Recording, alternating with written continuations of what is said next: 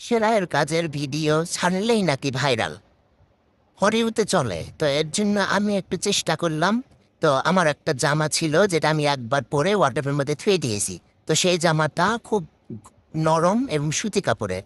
তো সেটা দিয়ে আমি আমার বাচ্চার একটা গরমের আরামদায়ক একটা পোশাক তৈরি করব। তো সেই পোশাকটার টিউটোরিয়াল তোমাদের সাথে শেয়ার করতেছি। তো প্রথমে এই সেলাইয়ের কাপড়ের যেগুলো সেলাই ছিল সেই আগাগুলা সব কেটে সমান জায়গাটুকু নিয়েছি। তো যেহেতু আমার বাচ্চা ছোট, সেহেতু বেশি কাপড়ের প্রয়োজন নেই। 10 ইঞ্চি পরিমাণ কাপড় নিয়েছি। তো সেই কাপড়টাকে একটু কুচি দিয়ে মানে ওর বডি পরিমাণ নিয়ে আসবো।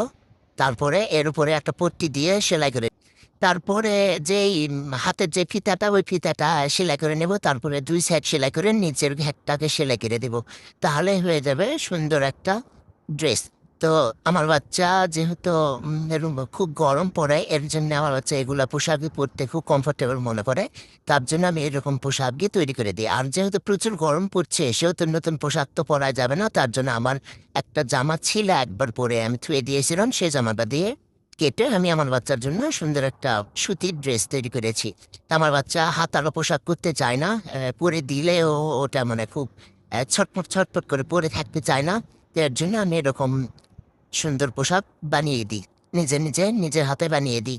তা আমার বাচ্চা এগুলো পরে খুব মানে আরাম বোধ করে। তো তোমরা চাইলে নতুন কাপড় দিয়ে এরকম করে বানাতে পারো।